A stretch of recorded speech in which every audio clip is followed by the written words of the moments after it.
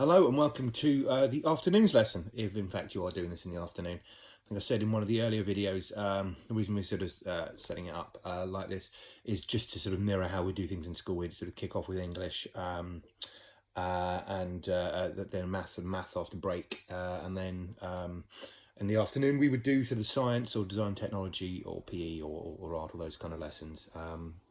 So yeah, if you want to sort of follow that, go for it. Or you might just want to be crazy and do it in the middle of the night or something. Don't do that. Right, so it's design technology. Now, the important bit of that is design. We want a bit of design in here.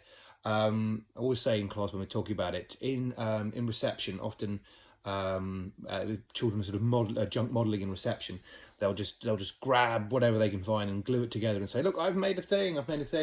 They won't have, at least rarely have a kind of an idea of what they want to make before they make it. They think I'm going to make I'm going to make a spaceship. We're going to that'll do. But in a high pitched voice. What we want to do today, space helmets. We had we been in school, we would have been making space helmets on our theme day, sort of astronaut helmets or cosmonaut helmets or taikonaut helmets.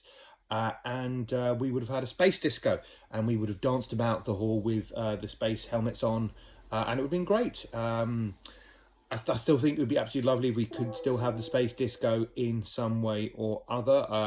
Don't quite know how that would work. Maybe some kind of, there's like a Zoom disco or something. I don't know, and I'm not entirely sure. Maybe a YouTube playlist or something that we I don't know. But either way, it would be lovely to still have the space disco in some way. If you would like to have still have the space disco, email the office. Let them send stuff in, and we'll see if we can figure out a way to make that happen. Anyway, right, back to the design technology. So we would like you to make your own space helmet. And completely understand that not everybody has lots of stuff at their house. I mean, I've got, in my house is littered with things like this. I've got this nice box that I'm going to sort of try to turn inside out, and sort of, so I've got the cardboard to work with. Maybe colour it in with felt tip pens, see if I can get some bottle lids to sort of stick on, a bit of tin foil, that sort of stuff. Obviously, if you're using sharp scissors at home, make sure it's either the adult doing the cutting or they're watching you do that. But yeah, you may not have access to boxes, especially as I think for quite a lot of people, Wednesday may be recycling day, so you might just throw them all out. Sorry.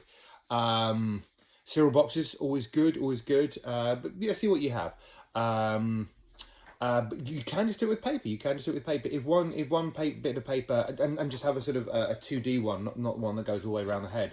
You can try to get it all the way around your head. The colour bits of paper. If the paper feels a bit floppy, especially if you're going to be sort of cutting sort of a hole in the middle, maybe stick a couple of sheets together, something like that.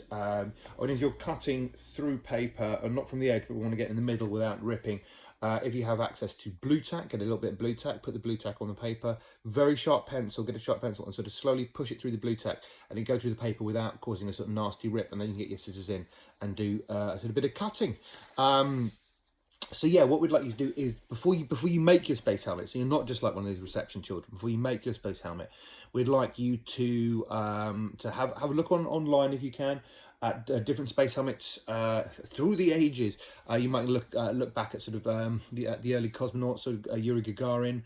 Or you might look at Neil Armstrong, the Apollo moon landing, Apollo 11 stuff, or what Helen Sharman wore when she went into space, or Tim Peake.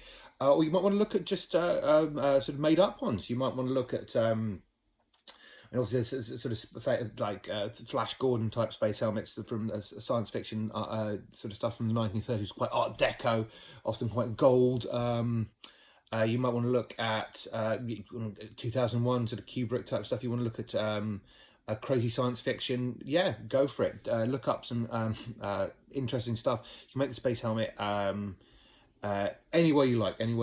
But what and also probably should have mentioned this yesterday when I was in the Zoom.